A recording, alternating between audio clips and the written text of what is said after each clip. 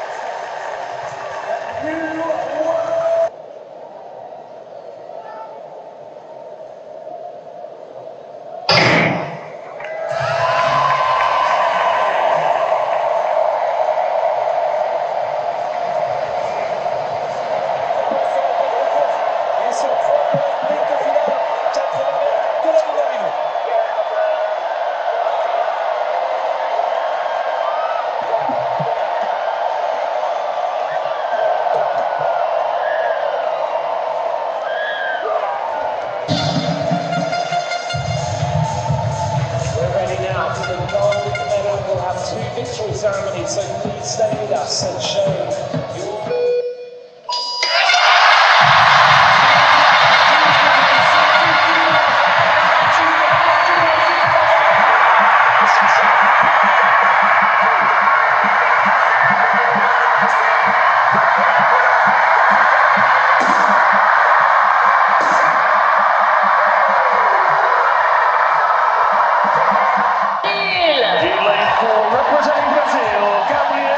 Santos Araujo.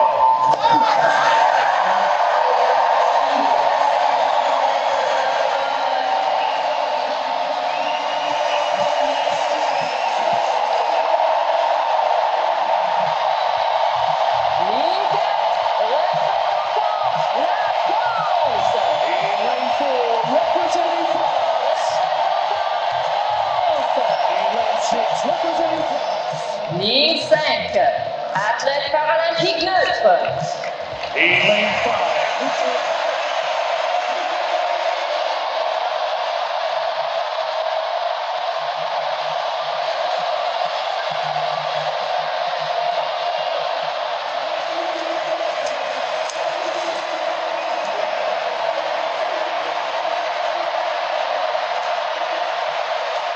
L'Afghanistan est son pays, la France est sa maison. Zakia Bolaji, médaillé de bronze de para taekwondo.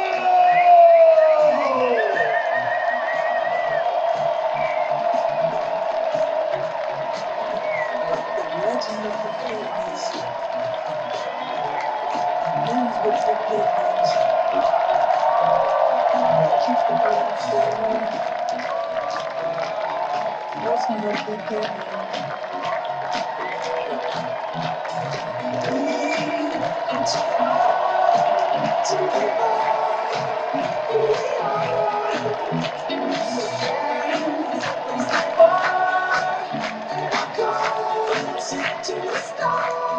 Oh, this is lovely. This is lovely.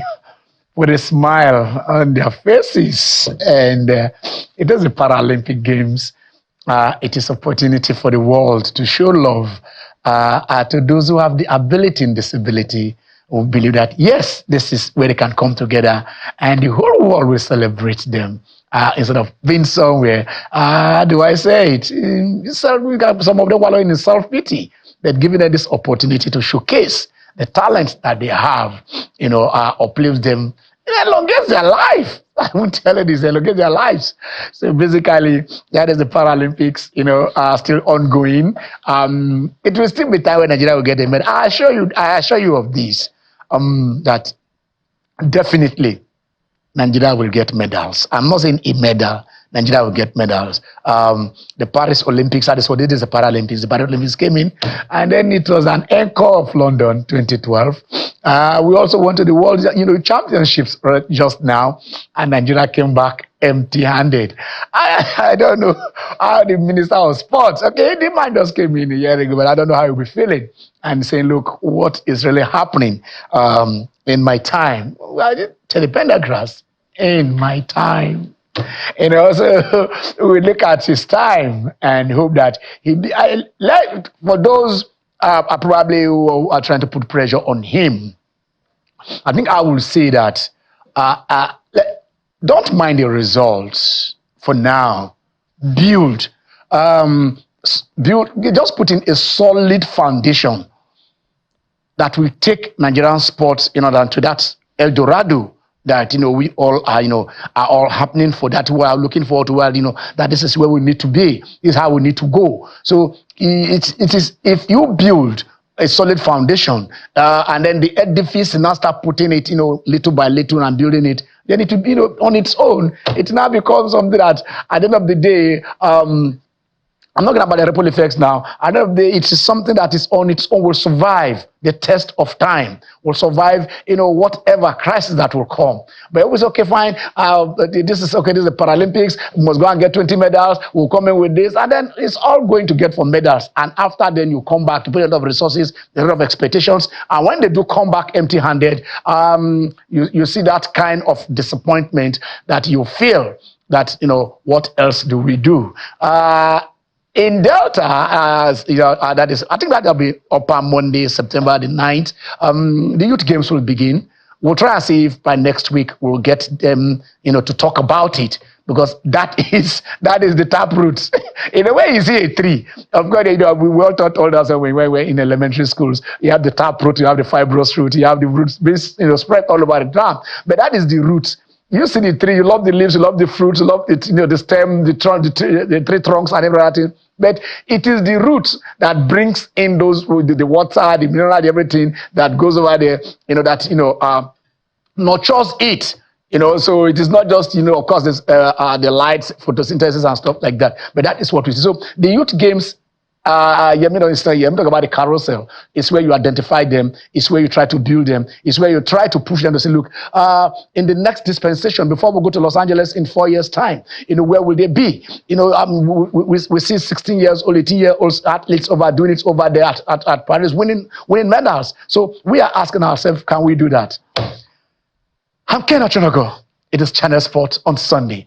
Today we have yesterday there was at the Paris Olympics, right at the para badminton, where Eniola, she's been doing us, Bolaji Eniola, she won her, her match. If you can see that, you can see it there. She won, her match. She defeated Vinot of Austria. And then she has qualified for the quarterfinals. But our compatriot, Chigoze didn't qualify. So today, that match would have taken place because it was supposed to be at 8:30 this morning. Yes, that's what I was talking to you about. That is what I was talking about. That match have taken place as at 8:30 this morning. We'll try and see if we can get the result. If we can get the result of Bolaji Eniola taking on the Indian Mandeep Kaur.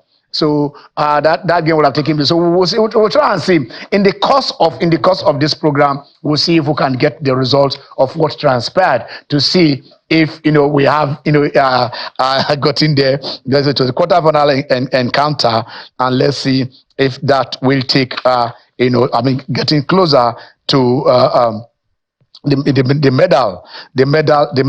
medals platform, because when you win the quarterfinals, the next is the semifinals, and that is what we are we'll be looking at. But then the big stories, a lot of interest talking about the big stories is the transfer market just ended. Not a very good one, I must say this, for Nigerian players. We can look at the big deals. Though the market was a bit quiet worldwide, but for Nigerian players, it doesn't bode well, because we're looking about the quality of player. Why are Nigerian players not being sought after? Why are they not making those big money moves? Why are they making moves to those clubs that will enhance their career and then put fear when Eagles wants to play? I say this is from Real Madrid, from Barcelona, from Madrid, from Manchester United, from Manchester City, and then they get PSG and they say, oh, this guy is a constellation of stars. But then when they don't move, what now happens? Are you getting me? When they don't move, what now happens? So basically, there were no moves. There were no moves. Yes. Okay. Yes, this is the news I've been waiting for. I love this. I just got this. I thought I'll give you the update. And Nigeria's Eniola Bolaji has become the first African para athlete to make the semi-finals of the para badminton event. Wow. We're looking at wrestling. We're looking at the weightlifting, the powerlifting, and believe that is there. But here we are in badminton. When we're there, I would say we're just glad to go and get the experience. But here, yes, Nigeria is recording a straight set victory of 21-8, 21-9, over India's, like I said, Mandeep Kaur in the women's singles quarterfinals at the Paralympic Games. This is sweet. This is sweet. Yes, I told you we were going to give you an update, and when the update came, it is a sweet music. There she is now. You see that green, white, green. You see how the green, how they use the green to design the white. You understand now? That is sweet. I don't look. She will get it gold, and then we play the. Okay, she's the semi-final. Let me not push my expectation too high. Let us get to the final first. I want to see if our anthem will be played. So that is it. That is it. She is there. Eniola Bolaji. Any. Thank you so much. Thank you so much. We are moving on. So basically, that is the news. I just got it. I told you we're going to get it, and then they just sent it to me right here in the studio. So I was talking about the transfer market that just ended, and of course, you can't talk about the transfer. We'll talk about Osimhen. We'll open the lines, and then you guys will join us. We expect that maybe one or two guests also will join us online via Zoom, and those who are close to him.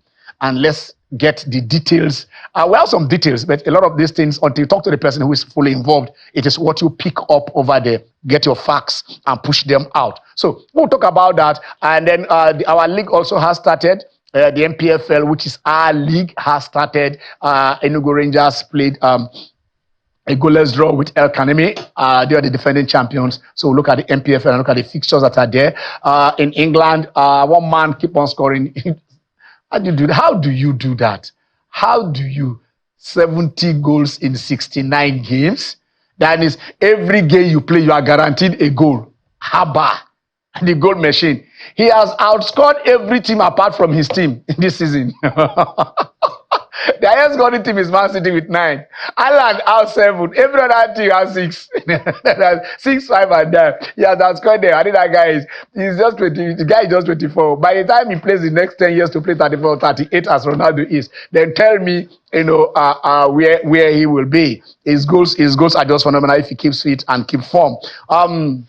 We'll talk about that and look at other results. Look at Everton, my God. We'll talk about things like that. And today, with Manchester United taking on Liverpool. But then the big deal before I introduce my partner, my co-presenter, who is in the house. For now, with me, it is some call him Lagbaja. Lagbaja, nothing for you. Bruno Labbadia, like a thief in the night, the FA caught us, and we were sleeping. At least I think I got a message. Was this the Z326 or whatever in the AM in the morning? That my mail came in, and I saw that Nigeria just announced a new gaffer for the Super Eagles. That was what they said. And then 48 hours later, the tunes changed. Jimmy is in the house. Before we look at the statement by the Nigerian Football Federation, Jimmy. We don't even know where to start from, but it's a pleasure to be here. Quite a number of stories that either pleasure you or just make you outraged, especially the one of Lagbadia, Labbadia, and also maybe Osimhen's own. But good news from Eniola Bolaji, alongside Chigozie Jeremiah. Chigozie couldn't make it to this quarterfinals. 2 para badminton athletes that won the match for the first time in Africa. Now she's into the semi-final. Did it against the Indian and also the Austrian in the semi-final. Yes. So I think it's good news. We expect much more from the athletes, but it is what it is, really. More of the athletes will come up. They will give us medals, and we should be delighted. They will sing our anthem. That's a given. It is a confirmation. It's a given. They will still guarantee. But then, like we said, we'll open the lines. But before we go to the civil matter, because I mean, when you look at the facts, when you look at the issue, when you look at the developments, sometimes it is heart wrenching. I don't know what to say. But then let us see what the briefly take on what the FA did put out there. Pertaining to Bruno. Let's take this. Maybe Jimmy, you take it if we can have it. Okay. The first one, Eguavon. Okay. No, that just go. That is it. Is there? Okay, the head coach. We have been on the tax issue for the past 3 days, and I told him clearly that there was no way the. Okay. I think there are different releases. Basically, the same release. It's the same release. Let me see. He said Morocco Eguavon to lead Eagles. As a German tax loss, but NFF like that. You understand? He said stringent regulations of German tax authorities, has conspired to abort the agreement between the Nigerian Football Federation and coach Bruno Labbadia for the letter to mount the metal of the saddle. He said, we've been on this issue for the past 3 days, and I told him clearly that there was no way the NFL would agree to effect the commitment to offset the commitment, tax percentage on his salary that will be demanded, by the German, who will be head of the Super Eagles. He said the tax details were never part of our discussions. You can see that. He said it was not part of discussion. Exactly. And he had personally agreed to all terms before the tax issue came up. We were doing our best to be flexible in the decisions, in the discussions, but he was adamant that the NFF had to pay, the full tax amount as well. We simply cannot do that. You are thinking because he said we simply cannot do that because he was thinking about 32 to 40% of his salary. Of the salary. You understand? Okay, Ken. I think the most important thing to note here is the communication deficit we've always had with the NFF. I don't see why there was a hurry in the first place to announce this when all had not been, concluded and, everything sealed, pen put to paper. And, right now, it's all about our image. What they do basically keeps, putting us in bad light. Because ordinarily, when you come out from the official 5:32, I remember it was 5:32 a.m. that day, that they put out the release that, okay, Bruno is our 37th Super Eagles coach and all that. Well, there were criticisms. There were a few that said, look, even Westall before now was, relatively unknown.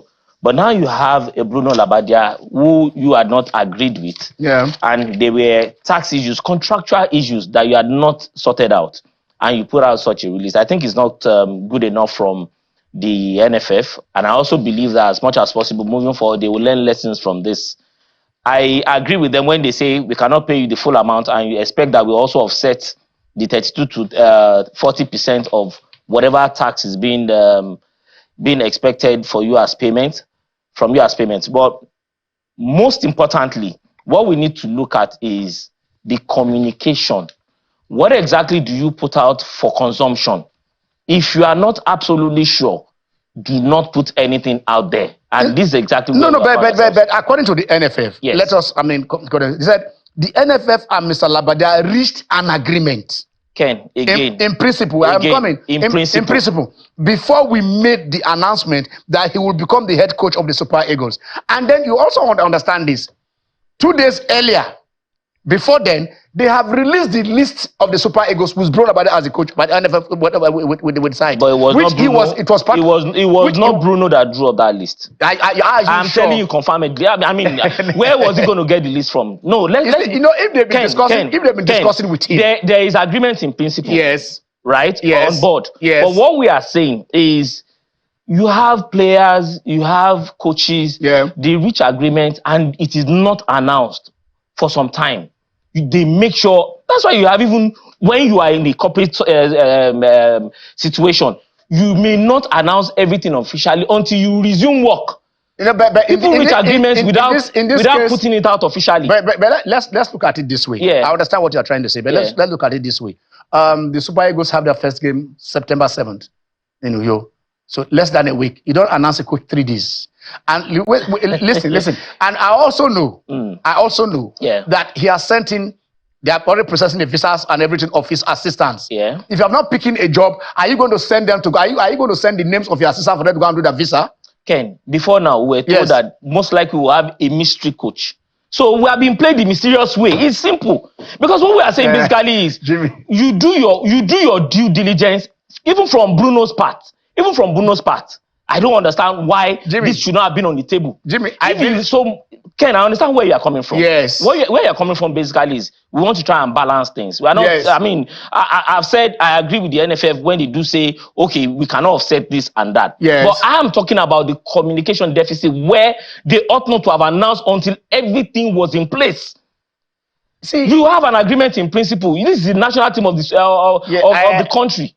It's the biggest brand in Africa, whether we like it or not, whether they are performing so well or not. Jimmy, also, you see, from discussions also with some of our colleagues and other things, I was also made to understand that this was exactly the same case when we hired Tish Libret. Yes. Now, okay. But in that particular case, it was not the FA that was paying. Yeah. It was a corporate organization then who was paying. They've agreed in principle, they've agreed everything, they've announced him, and when he was to resume, he now brought out the tax issue and said, man, I had to pay for to pay the tax. The NFF then said, we are not paying. You understand? I said we are not paying. But then, because it was the same corporate organization now went out to go and do that. Ken, you have now raised an issue. Yes. Very important issue. Yeah. The role of internal and external communications. What I was even complaining about was external communications. Now, you are talking more about internal communications. To say, what exactly had been addressed? Was the NFF looking out for due diligence on the part of Bruno? Was Bruno himself communicating rightly? What exactly was put on the table?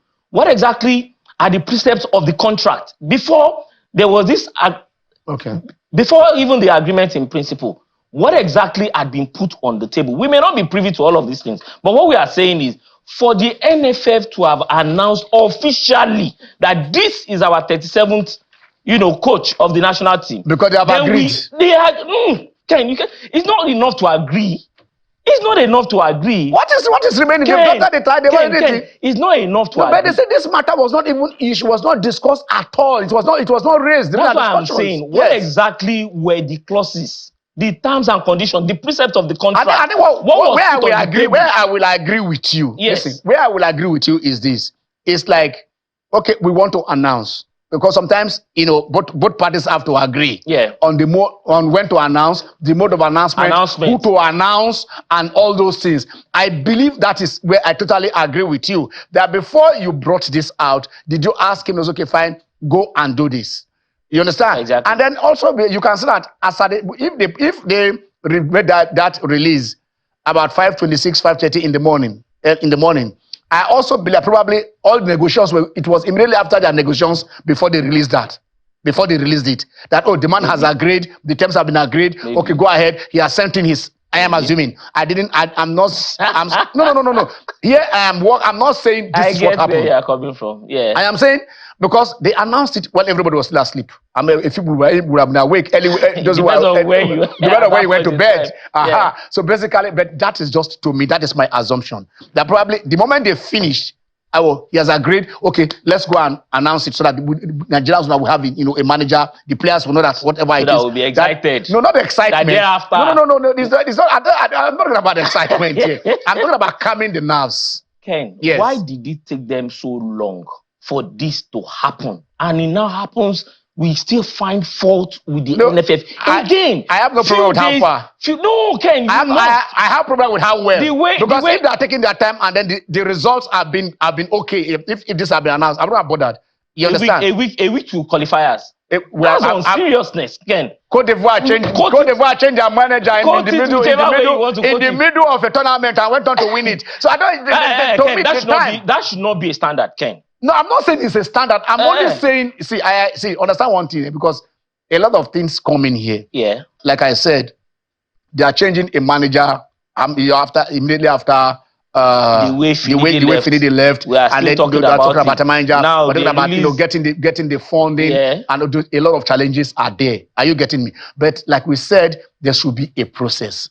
Even after you have now, whether you hire Labadia or Guavon is there, going forward, if a manager leaves or before a manager's contract expires, what are the process? If we are renewing, if we are not even renewing, what are the options? Even if we are renewing, in case the man does not agree to our terms, what are the options? So by the time this thing is finishing, you just move on and you get who wants to come in there. What you are saying that I get and I agree with, there must be deliberateness in the process. Exactly. We should know. Moving forward, there shouldn't be issues of, taxes. Where is the tax being paid? Who is going? Now they will learn their lessons from that, because this is the second time it is happening by the German. Exactly. But they said this is the 6th German. So the other 4 Germans, did they not talk about the tax? No, they are different times, different eras. Different times, different eras. That's what I'm saying. Betty Vokes. Manfred Horner, but Roy is a German. But Roy is a German. So how did it not happen? That's what I'm saying. You see, because that's what we are saying now. They've hired 6. He is supposed to be the 6th German. Yeah. You understand? Yeah. Now you've hired 5 Germans before him. Before now. A German had that issue. But the other 4, did they also have the issue? There was a precedent that they didn't follow. If they had followed the precedent of Libres, maybe, there had been different administrations. The Pinnick administration is different from the Gusau administration. But government is a continuum and it should be treated as such. Most people who are part of the, Gusau was part of the Pinnick administration. It depends on how influential it was at that point in time. Influential? Are you not saying? Are you saying only 2 people are attending the board meeting? Are you not a board? Okay, don't go there. No, it is a board now. I'm only asking questions. Ken, I know how far. I don't know how far. I don't know how far. I only speak of what I know of. What I don't know, I'll tell you I don't know this, and then I'm just trying to speculate. Are you getting me? But we also understand one thing. You don't need to be part of the board to know that a board is supposed to be a board run by a process, and then there is a process before you come in there, before you in your board meetings, before you sit down, before you say you form a quorum, before a lot of you follow all that. So basically, it cannot be a 1 or 2 man board where you have a lot of persons who are there. Again, another thing, Osimhen was invited, much to the chagrin of Nigerians that felt that he ought to have publicly apologized. Again, this is what I talk about communication. They kept quiet. The NFF kept quiet. It should have been properly addressed. When Ofili, even the minister was complicit in this particular thing I'm talking about. When Ofili had that issue, the minister came out to say, no, this is wrong. This is wrong. I'm investigating this. This. Now, we have Osimhen. Okay, that is you've seen the list. That is the list of players that have been called on. Can we get it? Okay, Stanley Wabali, Maduka Okoye, Amas Obasoje, the defenders Williams Trustekong, Semi Ajayi, Calvin Bassi, Olisanda, Olaino, Bright Osai Samuel. You didn't take the midfielders. Can we come back to the midfielders? Can we come back to the midfielders? Can we scroll down to the midfielders? Midfielders. Of course, we are still Al Hassan. Okay, that's Alex Iwobi, Frank Oyeka, Alzan Yusuf, Wilfred Ndidi, Fisayo Dele Bashiru, Raphael Oyedika, the forwards, Ademola Lukman, Samuel Chukwueze, Victor Osimhen, Moses Simon, Kelechi Iheanacho, Taiwo Awoni, Victor Boniface. Okay, those are the Eagles that are our invitees. We want to really take a short break. When we come back, we shall discuss the Osimhen issue, the US Open, and also we shall open the lines, and you guys shall join us.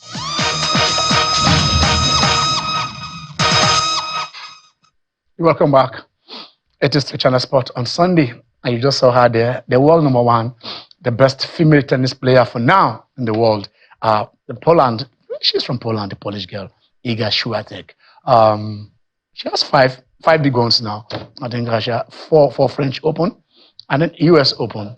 So she's trying to get 6th at the 2nd US Open and her 6th Grand Slam. But then there's still Arina Sabalenka there, who says she is the most aggressive one there. There is Coco, the defending champion, Coco Gauff. She's also there trying to say, I can take us pick number 2. And there's Jessica Pegula. I really follow her career because they call her the billionaire, the daughter of the billionaire athlete, the tennis player. Jessica, she's just 20. She's just 20. February 20, 2004. So she's just 20. She turned, and then I think she's really as long as, as high as number 3 in the world. And then we're saying probably this is in our hometown. How will she make it? The other time she said, I'm not from New York City. I am from so and so. Of course, I'm from New York State, but not from New York City itself. So why I'm talking about Jessica Pegula is here is a girl, a young lady whose father is a billionaire. In fact, her father is worth 7.7 billion. 7.7 billion. That's what her father is worth. But then she took to tennis. I'm looking at, because here we look at a lot of it, we look at the government, what's going to do, what our schools doing and stuff like that. But we're not asking ourselves what we do, that we support the talents of our children. There is a dearth of talent in almost every sport in Nigeria today. We are not doing enough. We, the parents, are not doing enough to encourage our children, whether it is music, whether it is sports, whether it is, whatever, vocation is, their talent is, that will push them. I think, I don't know where, is it your $10 or so, one of them, I think she's a DJ also, that where, the father goes there, even to our shows, to encourage her. I believe that is what we do. And I know that, and most of us never knew anything about Pegula. We don't know the father.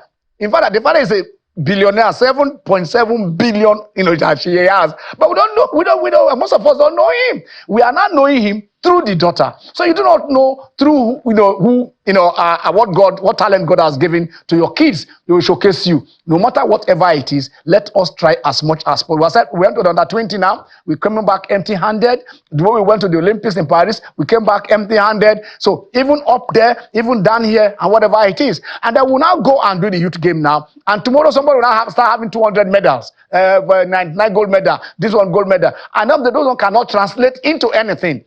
We are saying we need to build them. We need to nurture them. We need to support them. But yes, charity must begin at home. Look at that man in the mirror and see what part are you playing in getting them done. We'll open the lines soon when we talk about the Osime issue. But Okpe is in the house. Okpe Miajala. Okpe, how are you? Yeah, Ken, it's nice being here. And good starting on the Pegulia story. She's actually 30 because... is it 2004? 30, 1994. 1994. Is it 94? Yes. Yeah. She's actually 30. Okay.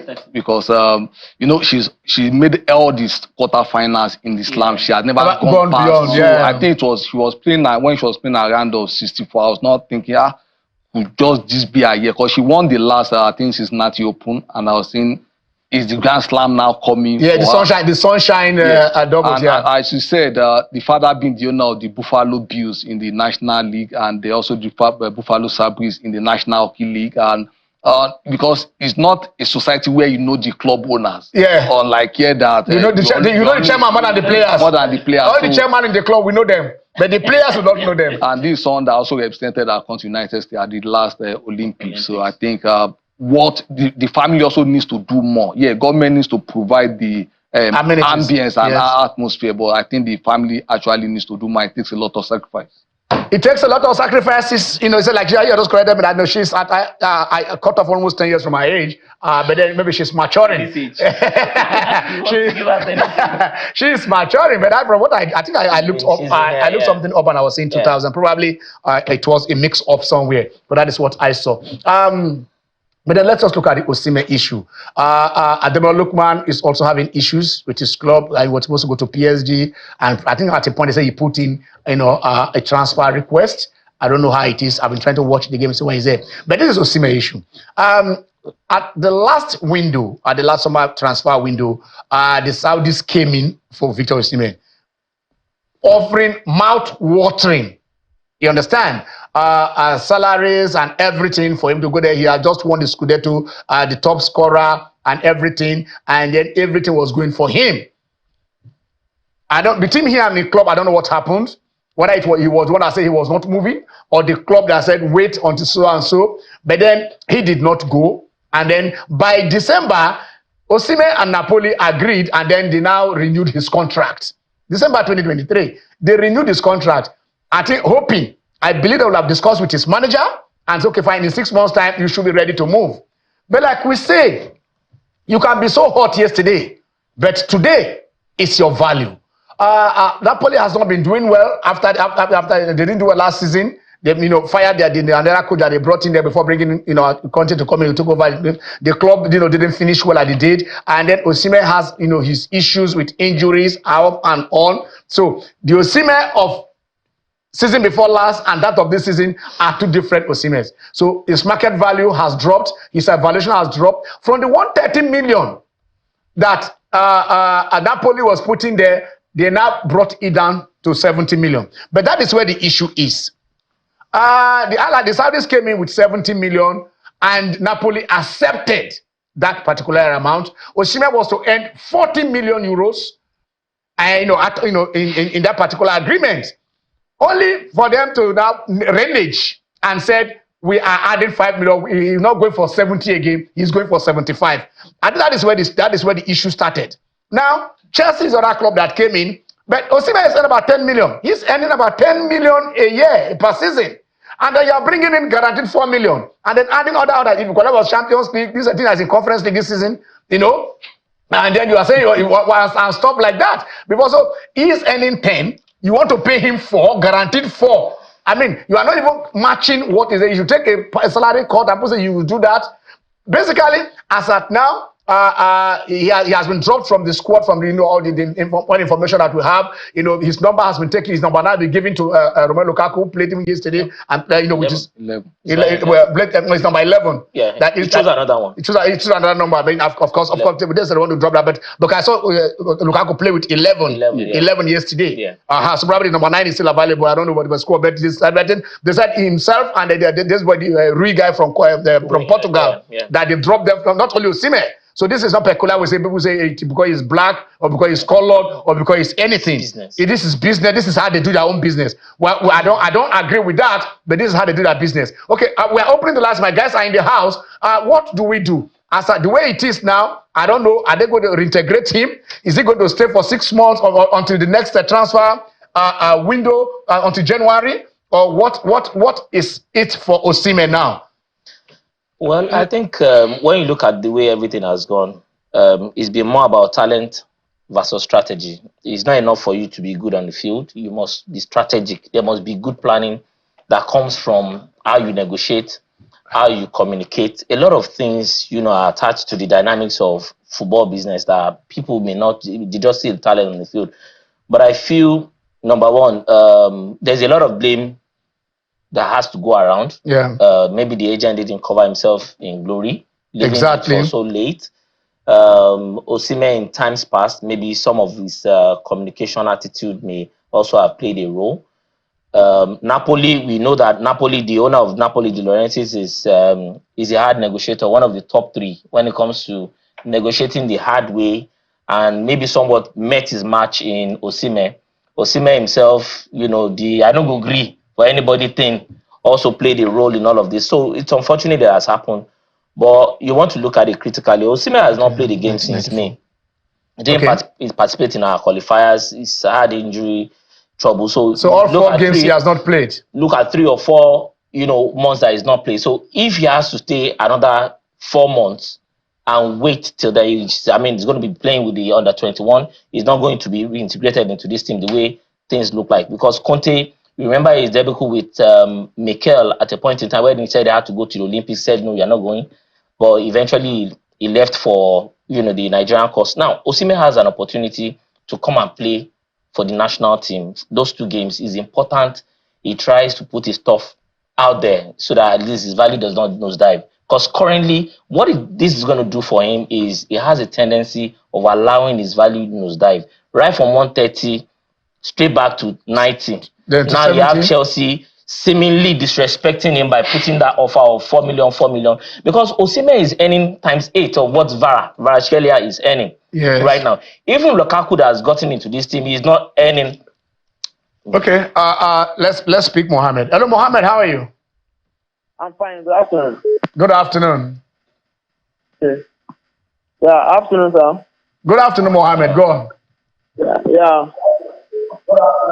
Can you hear me? Yes, very clear. Go on. Mohammed, go on, speak on. You are on. Okay, Mohammed, probably have to call back. Let me come to Okpe while whatever you're trying to call. Look at it from this way. I just want to be very brief because I don't want to take too much time. When that offer came from Saudi, a lot of people who know more than whatever it is were telling him, if you go to Saudi, what kind of football are they playing in Saudi? You understand? But this is my own personal opinion. It might not be others. The day Osimhen leaves Nigeria, the day an Argentine or Brian leaves his country to go to Europe, he's not going there to play football. He's going there to look for money. Definitely. It is the money. It is how to take care of your family, how to take care of your son, taking them there. The same football you are playing in your backyard, the same football you are playing over there. Yeah. So it is not because the football in never is really going to end or stuff like that. No. Poppycocks. I believe they got it wrong by not striking while the iron was hot. Exactly. I don't know. What is your opinion? Yeah, I think if you want to play football, and that is why the coefficient plays on the World Cup is abnormal. It's not an annual competition. Okay. So the World Cup. Samuel, hold on. Go on. The World Cup is actually the pinnacle of football. If you want to play football, go to the World Cup, and that is why Pele entered into immortality. And that was how Messi had to do it. Yes, struggle to do it. Exactly. Okay, let's go to Kano. Hello, Samuel. Samuel, how are you?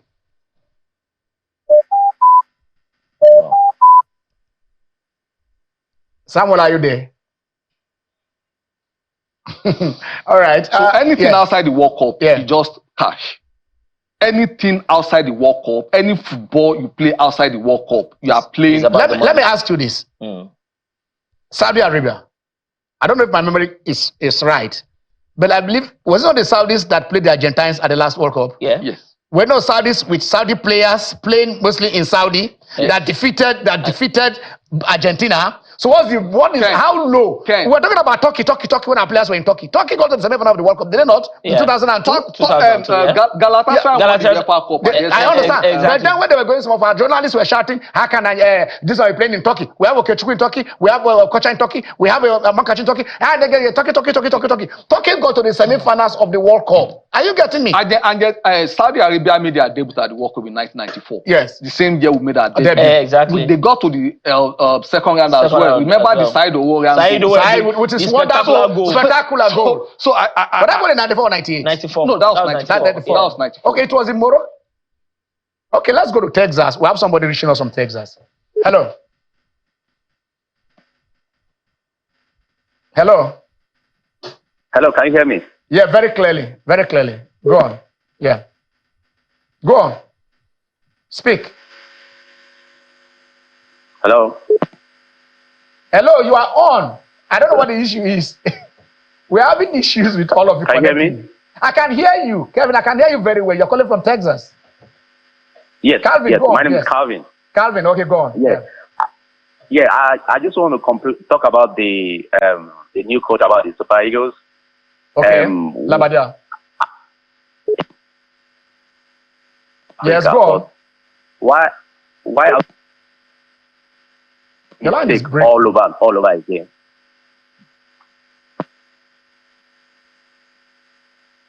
There's a lag. Hello, Calvin. I think we're having a little bit of some little issues with this because I'm hearing you clearly, but I don't know what the thing is. But we'll try and rectify it. We'll try and rectify it and see if we can take in more callers. US, okay. Yeah. So for Osimhen, I think the problem he had with Napoli had to come from Conte.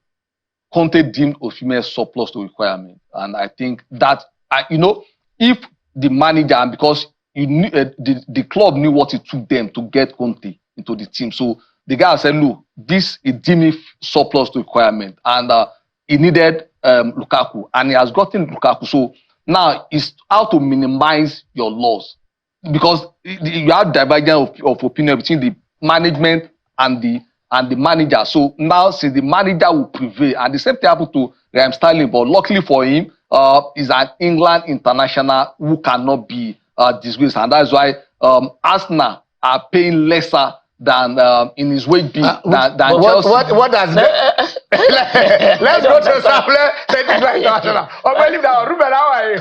How can I say? I'm Ruben, fine, Mr. Ken. Yeah, Ruben, how are you? Go on. Thank you, yes.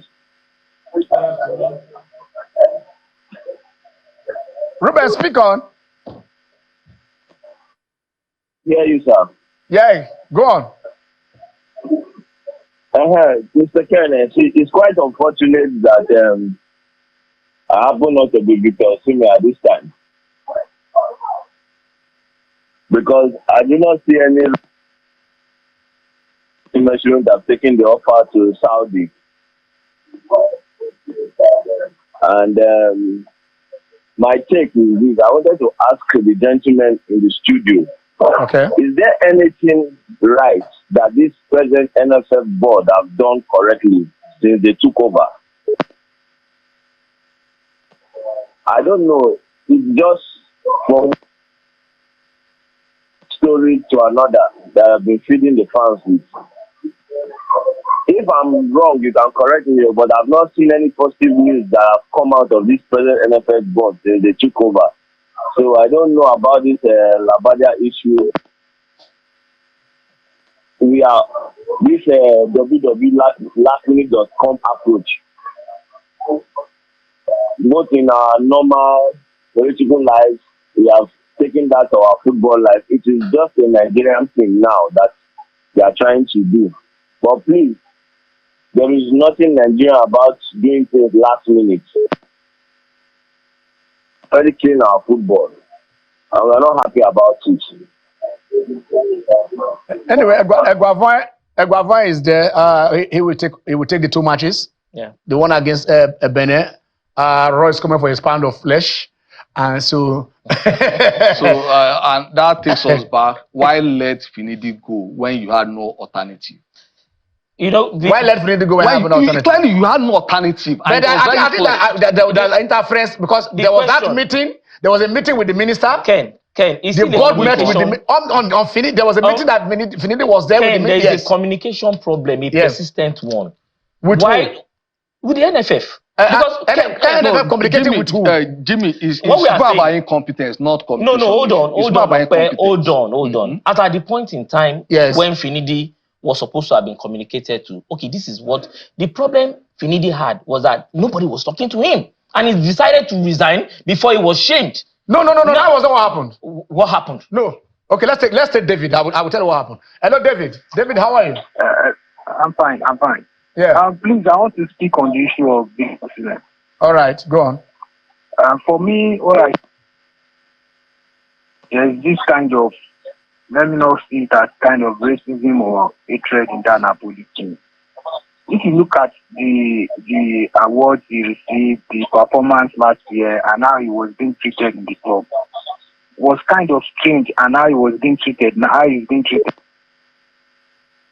There's something kind of wrong. And Conte himself is having issues. Probably he doesn't like him at all. And he's using that to affect the guy's career now.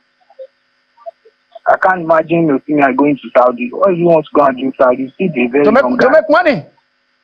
David, to make money.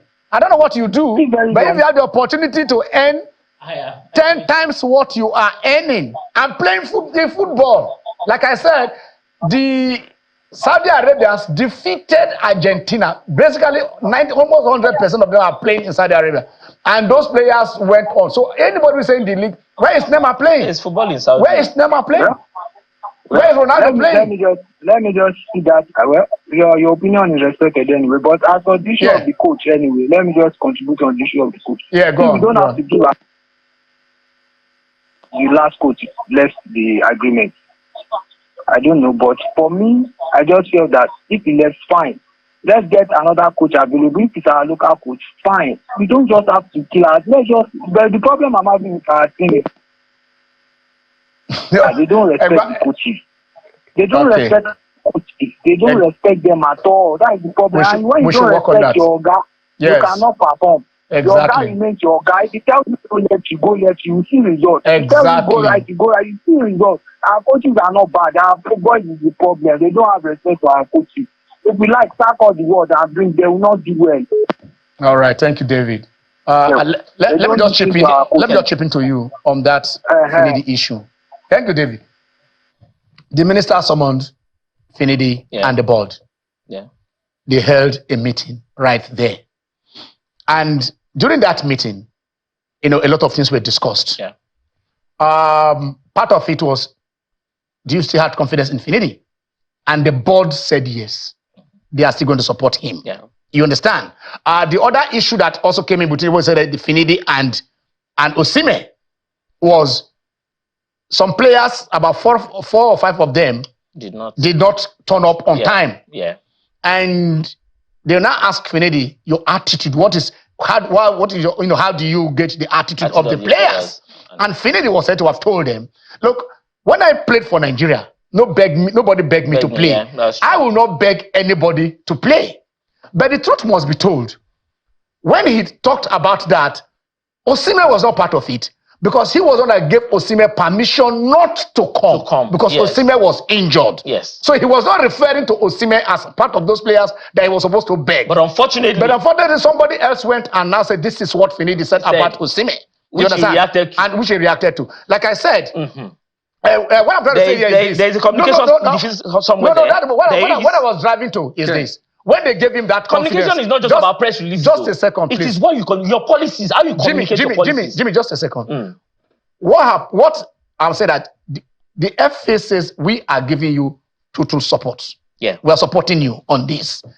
Finidi boarded the flight, left Abuja and got to Port Harcourt. It was while he got to Port Harcourt that he heard that they are going to pick another manager.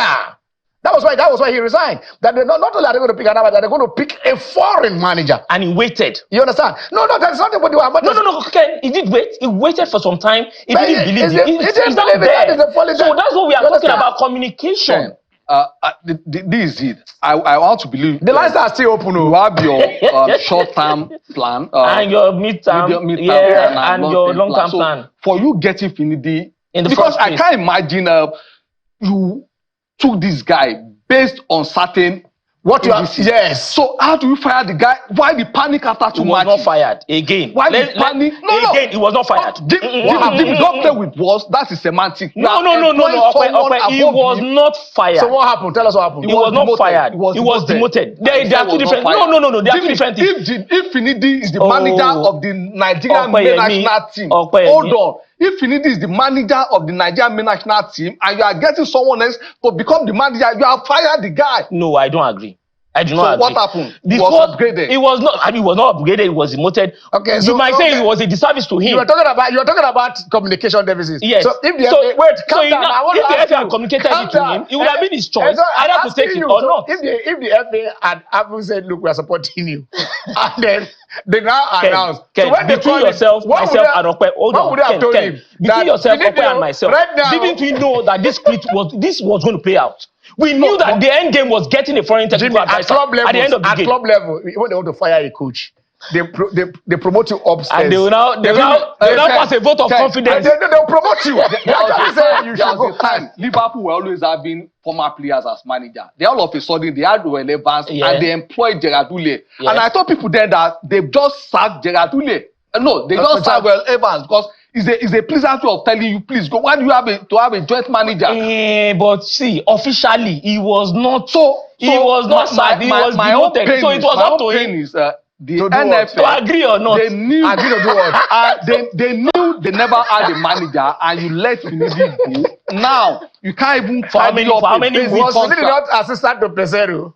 So he could have stayed as assistant to another foreign technical advisor. If he so chose, it was a disservice to him. He had to go. But again, I think the NFL, what they just done just to mess up.